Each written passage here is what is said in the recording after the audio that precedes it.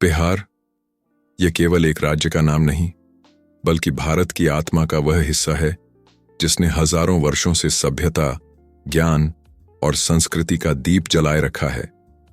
आज जिस भूमि को हम बिहार के नाम से जानते हैं, उसका इतिहास इतना पुराना है कि उसे सुनते हुए ऐसा लगता है जैसे हम किसी अमर कथा के पन्ने पलट रहे हों। बिहार नाम की जड़ संस्कृत के शब्द विहार से निकलती है, जिसका अर्थ है मठ या मठों का समूह। यह नाम उस समय पड़ा जब इस भूमि पर बौद्ध धर्म का प्रकाश फैला और हर ओर बौद्ध विहार और मठ स्थापित हुए। लेकिन इस नाम के पीछे की कहानी तो बहुत बात की है। असली यात्रा तो हजारों वर्ष पहले वैदिक काल में आरंभ होती है। वैदिक युग में यह क्षेत्र मगध, अंग, विदेह और वज्जी जैसे प्राचीन राज्यों में विभाजित था। यह गंगा, गंडक, कोसी और सोन जैसी नदियों के किनारे बसा था, जिसकी उपजाऊ धरती लोगों के जीवन का आधार थी। रामायण के समय में यही मिथिला नगरी थी, जहां राजा जनक का राज्य था और जहां माता सीता का जन्म हुआ। महाभारत में भी इसका उल्लेख मिलता है, जब अंग देश का राजा कर्ण अपने दानवीर स्वभाव के लिए विख्यात हुआ। फिर आया महाजनपद काल, वह समय जब छोटे छोटे राज्य शक्ति और राजनीति के बल पर बड़े साम्राज्यों में बदलने लगे। मगध एक छोटा सा राज्य होते हुए भी अपनी कूटनीति, युद्ध कला और नेतृत्व के कारण उत्तर भारत का सबसे शक्तिशाली राज्य बन गया। राजगृह और पाटलिपुत्र जैसे नगर स्थापित हुए। बिंबिसार और अजातशत्रु जैसे राजाओं ने मगध की नींव इतनी मजबूत कर दी कि अन्य राज्य उसके सामने टिक ही नहीं पाए।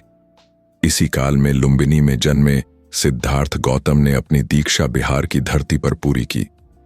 बोध गया के बोधि वृक्ष के नीचे उन्हें ज्ञान प्राप्त हुआ और वे गौतम बुद्ध बने। उन्होंने यहीं से पूरे भारत में बौद्ध धर्म का प्रचार किया।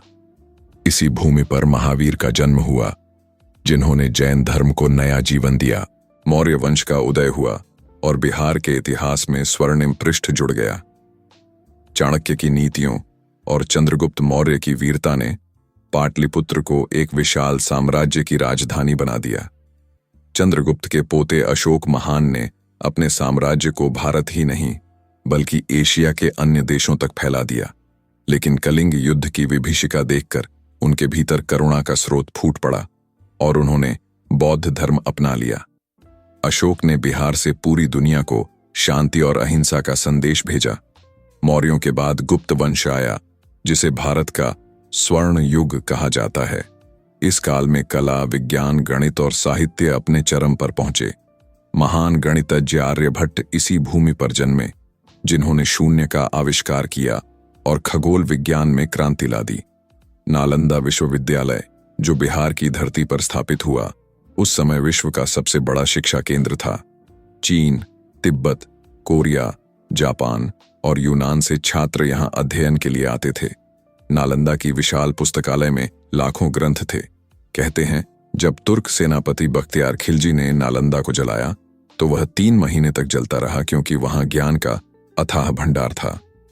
यह बिहार के इतिहास का सबसे दुखद पल था, जब शिक्षा और संस्कृति पर एक गहरा आघात हुआ। इसके बाद मध्यकाल में दिल्ली सल्तनत और फिर मुगलों का शासन आया। बिहार का महत्व तब भी बना रहा क्योंकि यह गंगा के किनारे स्थित था और व्यापार तथा राजनीति का केंद्र था। इस दौरान यहाँ की मिट्टी में संघर्ष और विद्रोह के बीज भी पनप रहे थे, जो आने वाले समय में एक बड़े परिवर्तन की नींव बनने वाले थे। मुगलों का प्रभुत्व धीरे धीरे कमजोर होने लगा और 18वीं सदी में अंग्रेजों ने भारत के कई हिस्सों में अपने कदम जमा लिए। बिहार भी इससे अछूता नहीं रहा। प्लासी के युद्ध के बाद बंगाल, बिहार और उड़ीसा की दीवानी अंग्रेजों के हाथ में आ गई। अंग्रेजों का शासन आते ही यहाँ की प्रशासनिक और आर्थिक व्यवस्था पूरी तरह बदल गई। कभी उपजाऊ धरती और व्यापारिक समृद्धि के लिए प्रसिद्ध बिहार अब अंग्रेजी नीतियों का शिकार होने लगा। किसानों पर भारी लगान लगाया गया, जिससे उनकी स्थिति दयनीय हो गई। खासकर नील की खेती ने किसानों की कमर तोड़ दी। अंग्रेज नील की खेती जबरदस्ती करवाते थे और बदले में उन्हें बहुत कम पैसा देते थे। इससे बिहार के गांव-गांव में असंतोष की आग जलने लगी। इसी असंतोष से 1857 का स्वतंत्रता संग्राम फूटा। बिहार के वीर बाबू वीर कुंवर सिंह, जो आरा के राजा थे, 80 वर्ष की आयु में भी तलवार उठाकर अंग्रेजों से लड़े। उनकी वीरता की कहानियां आज भी बिहार के बच्चों के होठों पर हैं। उन्होंने अंग्रेजों को कई बार युद्ध में मात दी और साबित कर दिया कि उम्र बहादुरी के सामने छोटी पड़ जाती है। 1857 की क्रांति भले ही असफल रही, लेकिन इसने बिहार के लोगों में स्वतंत्रता की भावना को और प्रबल कर दिया।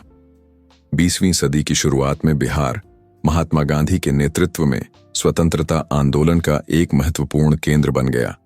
1917 का चंपारण सत्याग्रह, जिसमें गांधी जी ने किसानों के साथ मिलकर नील की जबरन खेती के खिलाफ आवाज उठाई, बिहार ही नहीं बल्कि पूरे देश में अंग्रेजी हुकूमत के खिलाफ एक बड़ा कदम था। इस आंदोलन ने गांधी जी को राष्ट्रीय नेता बना दिया और बिहार के किसानों को नई उम्मीद।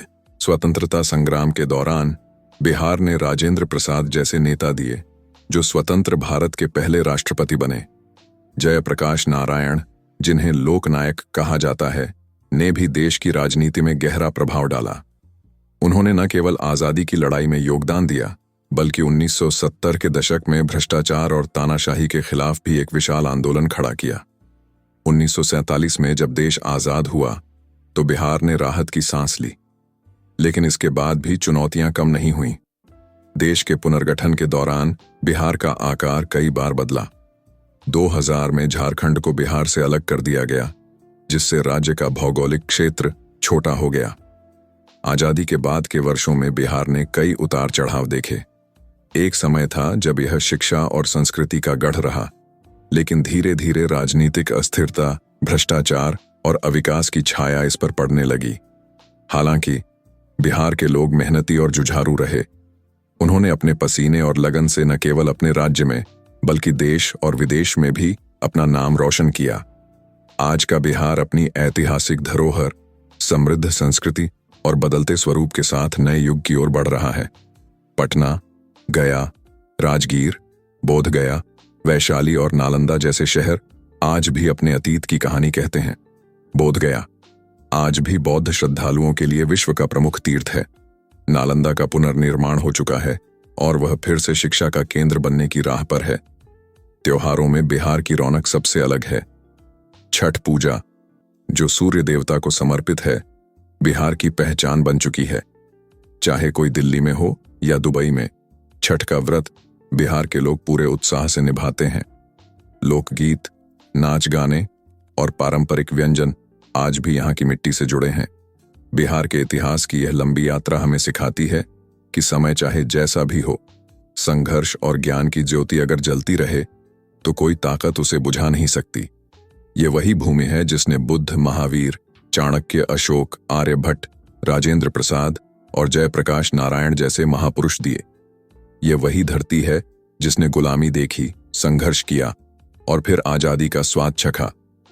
आज भी जब हम बिहार का नाम लेते हैं तो यह केवल एक भौगोलिक राज्य नहीं, बल्कि एक जिंदा इतिहास है जो हमें यह याद दिलाता है कि सभ्यता, संस्कृति और साहस का संगम कहीं है तो वह है बिहार।